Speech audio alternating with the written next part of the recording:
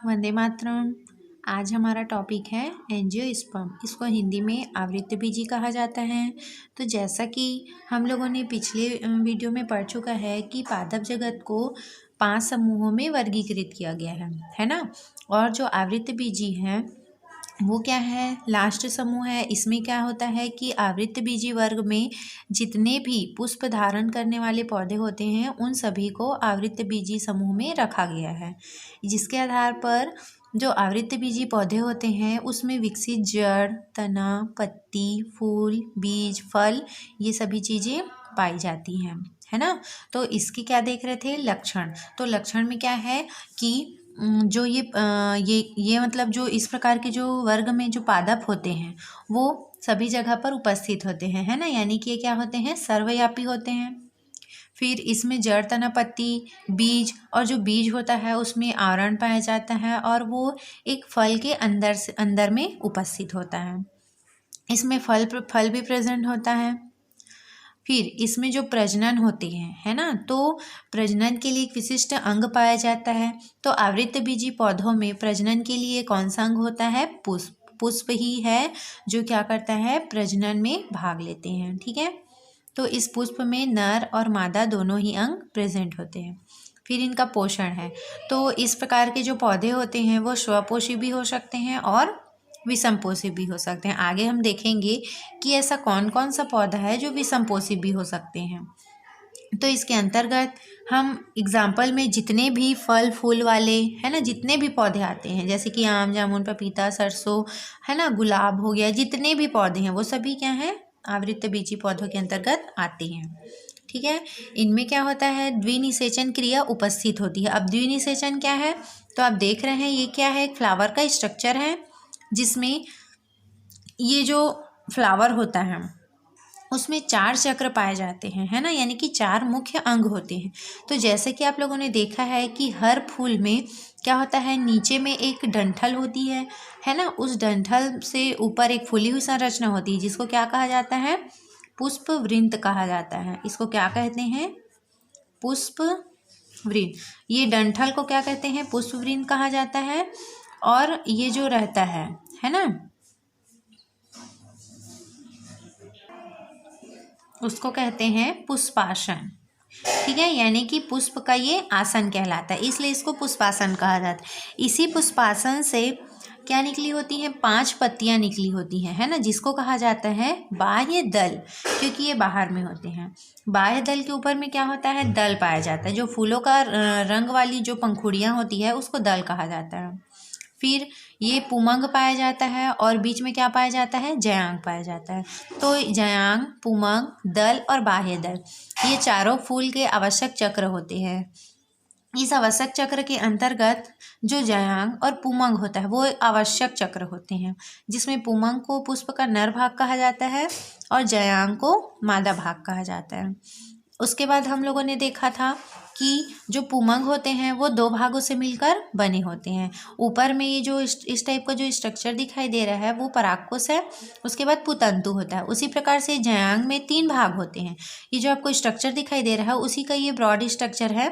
फिर यहाँ पर क्या पाया जाता है, भ्रूण उपस्थित होता है ना।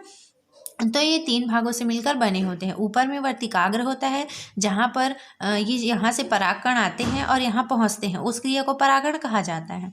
वर्तिकाग्र से परागकण कहाँ जाएंगे, वर्तिका में पहुँचते हैं। वर्तिका से फिर वो कहाँ चले जाते हैं, अंडाशय में। अंडाशय में जाने के बाद यहाँ पर क्या होती हैं, 8 केंद्रक और 7 कोशिकाएं उपस्थित होती है, ठीक है। एक एग होता है और एक द्वितीयक केंद्रक पाया जाता है। तो यहाँ पर से जब नर युग्मक आते हैं तो यहाँ पर 2 बार निषेचन की क्रिया होती है, इसलिए फूलों में द्विनिषेचन की क्रिया पाई जाती है। अब हम लोग इसके आगे अगला जो पॉइंट है वह देखेंगे, आवृत्तबीजी पौधों में भिन्नता। यानी कि यहाँ पर ये देखेंगे कि जो आवृत्तबीजी पौधे होते हैं, है ना, उनमें क्या क्या भिन्नताएं होती हैं। तो जो आवृत्तबीजी पौधे होते हैं उसमें बहुत सारी विभिन्नता होती है। जैसे कि अगर हम सबसे पहले देखेंगे तो उनके जीवन काल के आधार पर कि कुछ पौधे कम समय के लिए होते हैं, कुछ पौधे बहुत अधिक बहुवर्षीय होते हैं, है ना, इस टाइप से। तो पहला क्या है, जीवन काल के आधार पर, है ना। पहला भिन्नता हम क्या देखेंगे, जीवन काल के आधार पर। तो जीवन काल के आधार पर जो पौधे होते हैं वो कैसे कैसे होते हैं। तो कुछ जो पौधे होते हैं वो किस टाइप से होते हैं, एक वर्षीय होते हैं, है ना। जीवन काल के आधार पर जो आवृतबीजी पौधे होते हैं, तो जो कुछ पौधे होते हैं वो ईयरली होते हैं, वन ईयर के होते हैं, यानी कि एक वर्षीय, यानी कि वो एक वर्ष में, है ना, अपना पूरा जीवन चक्र वो पूरा कर लेते हैं। तो इसके अंतर्गत कौन कौन से पौधे आ जाते हैं।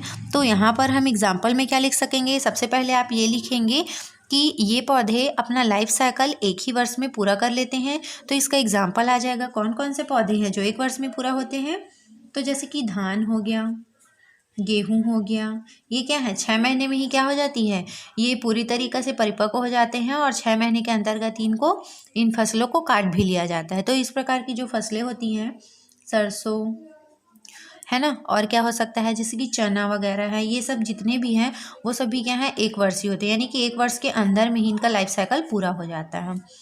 इसी तरीक़ा से आवृतबीजी पौधों के अंतर्गत दूसरा आता है द्विवर्षीय, है ना। कुछ ऐसे भी आवृतबीजी पौधे होते हैं जिनका लाइफ साइकिल कितने वर्षों में कंप्लीट होता है, 2 वर्षों में। जैसे कि गाजर आप जानते ही हैं। तो जो गाजर होता है वो क्या होते हैं, अपना लाइफ साइकिल, है ना, 1 से 1.5 वर्ष में ये क्या करते हैं, पूरी तरीक़े से परिपक्व होते हैं और फिर उन फसलों को काटा जाता है। मूली भी क्या है, ये भी 6 महीना से अधिक समय लेता है, इसलिए इनको द्विवर्षीय कहा जाता है। चुकंदर हो गया और गन्ना, तो ये सभी क्या है, द्विवर्षीय होते हैं, है ना। तो इस तरीके से क्या हो रहा है कि जीवन काल के आधार पर इनमें भिन्नताएं पाई जा रही है। फिर लास्ट है बहुवर्षीय। लास्ट क्या है, बहुवर्षीय। बहुवर्षीय के अंतर्गत आप जानते ही हैं कि कुछ ऐसे भी पौधे हैं जो क्या होते हैं, हजारों वर्ष, है ना, या 100 से भी ऊपर या हजारों वर्ष तक क्या होते हैं, वो जीवित होते हैं, है ना। तो एग्जाम्पल में क्या आ जाएगा कि जितने भी वृक्ष होते हैं, वृक्ष जनरली जो वृक्ष होते हैं वो क्या होते हैं, बहुवर्षीय होते हैं। जैसे कि आम हो गया, आम का वृक्ष देखना बहुत पुराना रहता है ना। उसी प्रकार से जो पीपल है, बरगद, ये पीपल और बरगद ऐसे वृक्ष हैं जो क्या होते हैं, कई सौ सालों तक ये जीवित रहते हैं। तो इस प्रकार से ये भी क्या है, आवृतबीजी ही हैं, ये सभी आवृतबीजी हैं, लेकिन इनमें क्या होता है, वर्षों के आधार पर इनका जीवन काल बटा होता है। उसी प्रकार से हम दूसरा भिन्नता देख लेते हैं कि स्वभाव के आधार पर पौधे किस प्रकार से होते हैं, है ना, स्वभाव के आधार पर। तो स्वभाव के आधार पर आवृतबीजी पौधे किस तरीके से होते हैं। तो स्वभाव के आधार पर जो आवृतबीजी पौधे होते हैं वो भी अलग अलग प्रकार से होते हैं। जैसे कि शाक का मतलब क्या होता है कि ऐसे पौधे जो एकदम छोटे छोटे होते हैं, है ना। तो जैसे कि एग्जाम्पल आप बताइए कि ये जो शाक होते हैं वो क्या हो सकते हैं, एक वर्षीय भी हो सकते हैं, है ना। शाक मतलब जो छोटे पौधे होते हैं, तो एक वर्षीय भी हो सकते हैं और क्या हो सकते हैं, द्विवर्षीय भी हो सकते हैं ये, और बहुवर्षीय भी हो सकते हैं।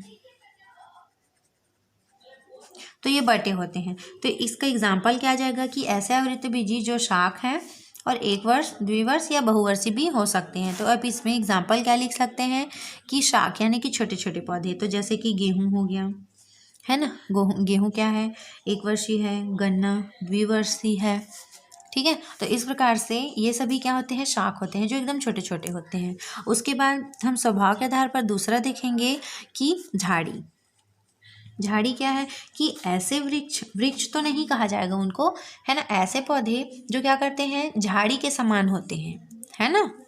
तो झाड़ी के समान में क्या आ जाएगा, जैसे कि आप लोगों ने मदार का पेड़ देखा होगा, है ना, जिसको क्या बोलते हैं, गुड़हल कहा जाता है।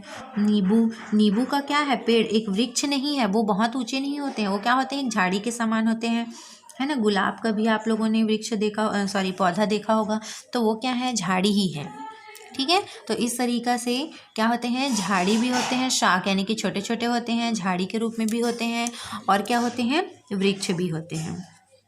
तो इस तरीक़ा से वो स्वभाव के आधार पर 3 तरीके से होते हैं। तो वृक्ष में आप किसको लिख सकते हैं, तो ये काष्ठीय होते हैं, यानी कि इनसे लकड़ी प्राप्त की जाती है। क्या आप गेहूं से लकड़ी प्राप्त करते हैं, क्या आप नींबू गुलाब से लकड़ी प्राप्त करते हैं, क्या नहीं। लेकिन जो वृक्ष होते हैं उनसे क्या मिलती है, ये वुडी टाइप के वृक्ष प्लांट होते हैं, है ना, यानी कि काष्ठीय होते हैं। तो इसका एग्जाम्पल में आप क्या लिख सकते हैं, आम, पीपल, बरगद, नीम, तो ये सभी क्या है, वृक्ष होते हैं। तो इस तरीके से स्वभाव के आधार पर शाक, झाड़ी और वृक्ष में आवृतबीजी पौधों को बांटा गया है। उसके बाद तीसरा भिन्नता हम देख लेंगे आवास के आधार पर।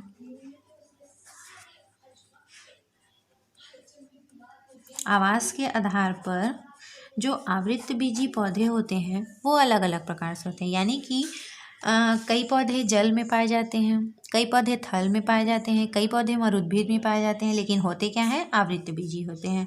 तो इस तरीक़े से उनमें भी भिन्नताएं पाई जाती हैं। जैसे हम सबसे पहले देख लेंगे समोद्भिद।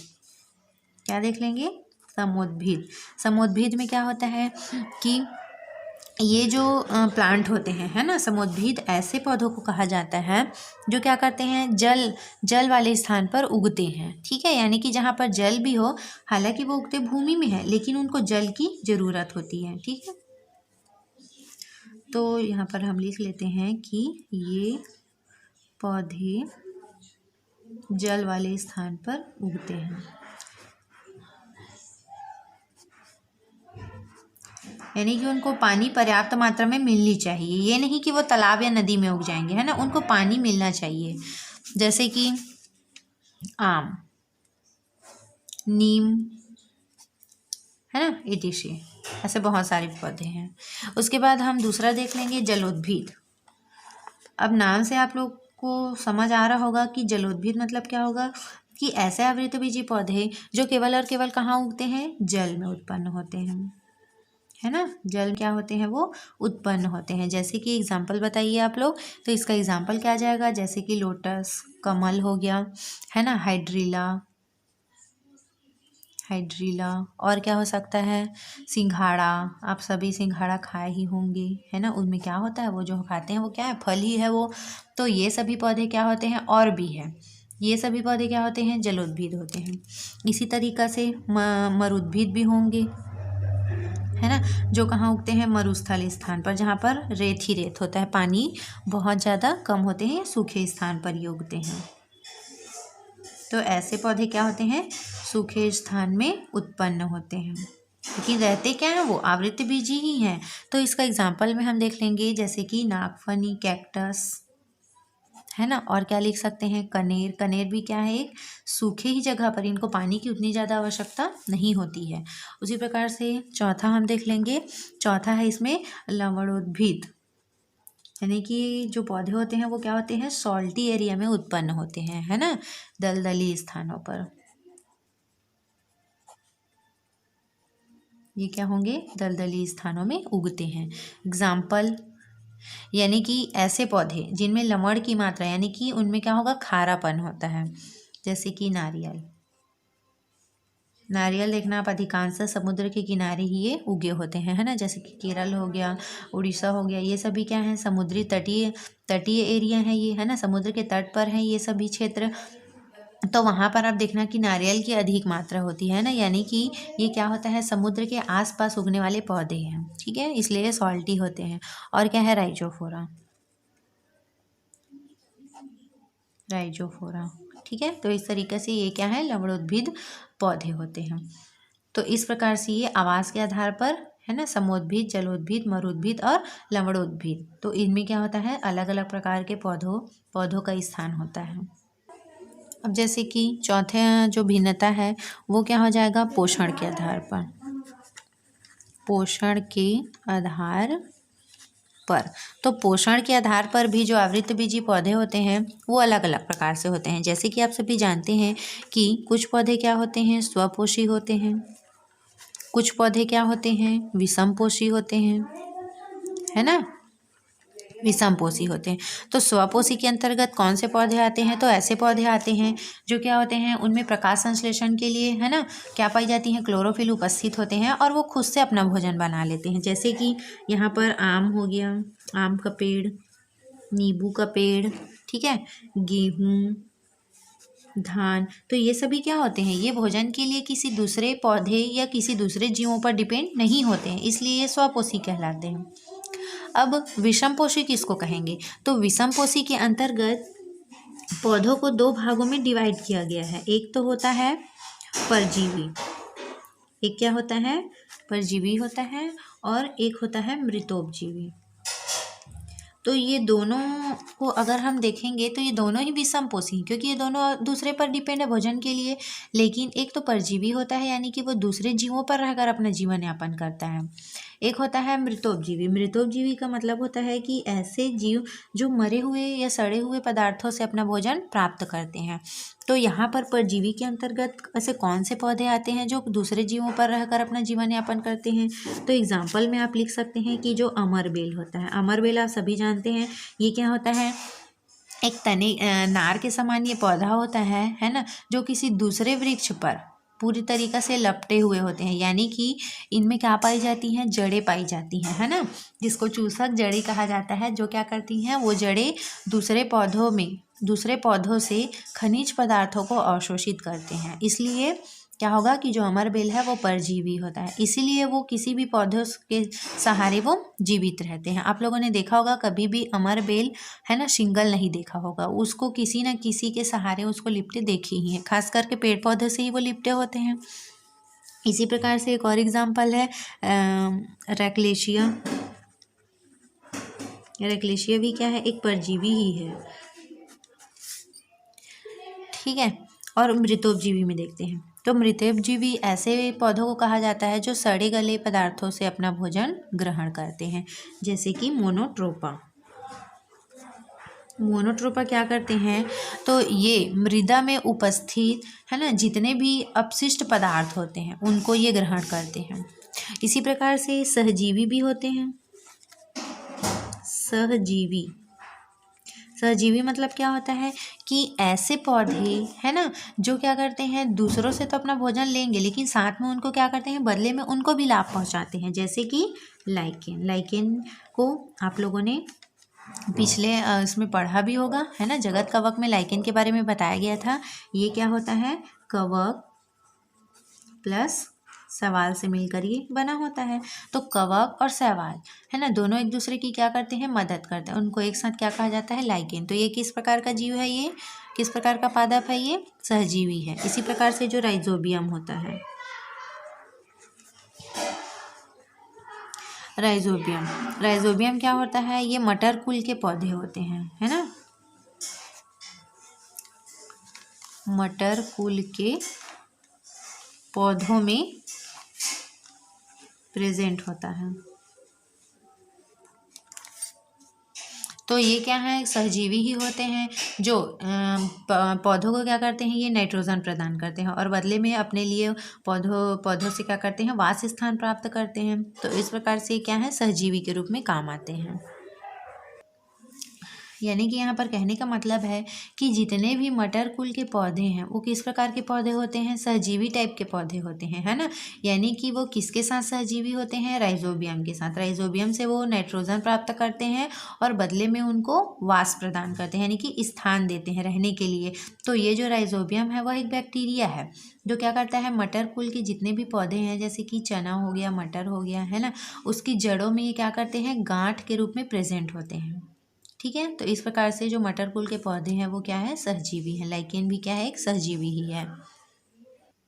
उसके बाद ये तो हो गया पोषण के आधार पर। फिर लास्ट है कि कुछ पौधे क्या होते हैं, कीटभक्षी होते हैं, है ना, यानी कि वो कीड़ों को अपने भोजन के रूप में ग्रहण करते हैं। तो आप लोग सोच रहे होंगे कि पौधा कैसे कीड़ा खाता होगा, तो हैं ऐसे कुछ पौधे जो क्या करते हैं, भोजन के रूप में कीड़ों को लेते हैं, जैसे कि कलश पादप, है ना। और एग्जाम्पल के लिए हम देखेंगे कलश पादप। ये जो कलश पादप होता है वो इस प्रकार से स्ट्रक्चर में दिखाई देते हैं।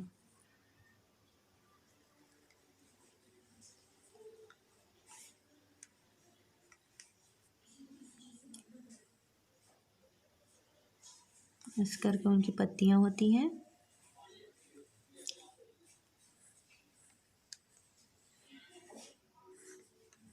इस तरीक़ा से ये उनकी पत्तियां हैं और यहाँ पर एक पत्ती के समान उनमें ढक्कन पाया जाता है,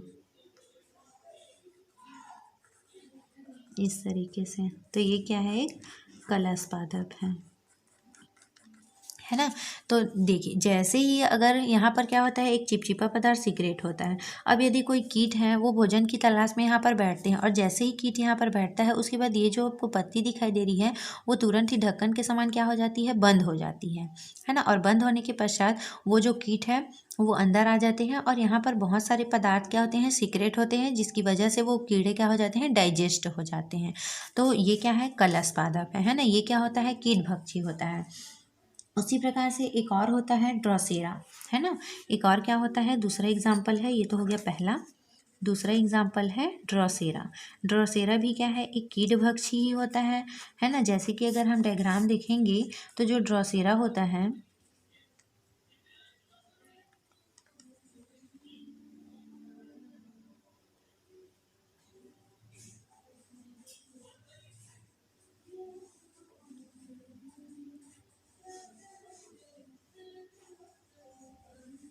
इस तरीके से वो होता है और यहाँ पर टेंटिकल्स निकले होते हैं।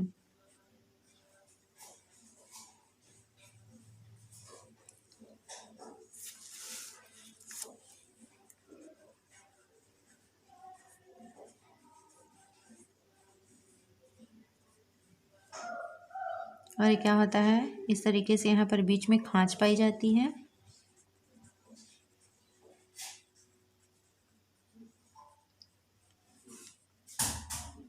ना। जैसे ही यहाँ पर भी सीक्रेट कोई भी पदार्थ, चिपचिपा पदार्थ सीक्रेट होता है। जैसे ही यहाँ पर यदि कोई कीट बैठ गया तो ये दोनों ओर से, इधर से और इधर से, है ना, वो क्या हो जाते हैं, चिपक जाते हैं। और चिपकने के पश्चात जो भी कीड़े रहते हैं वो अंदर में क्या हो जाते हैं, उनके भोजन के रूप में डाइजेस्ट हो जाते हैं। तो इस तरीके से होता है ड्रोसेरा। इसमें बहुत सारे टेंटिकल्स होते हैं जिसके थ्रू कोई भी अगर कीट आता है तो वो इन टेंटिकल्स में फंस जाते हैं। ये जो आपको राउंड दिख रहा है तो सभी और क्या होते हैं, वैसी टेंटिकल्स पाए जाते हैं जिसमें कोई भी कीट है जो फंस जाता है। तो इस प्रकार से था ये कीट भक्षी पादप। और भी हैं ऐसे बहुत सारे हैं, जैसे कि यूट्रिकुलेरिया, है ना, ब्लैडर, ये सभी क्या हैं, कीट भक्षी होते हैं।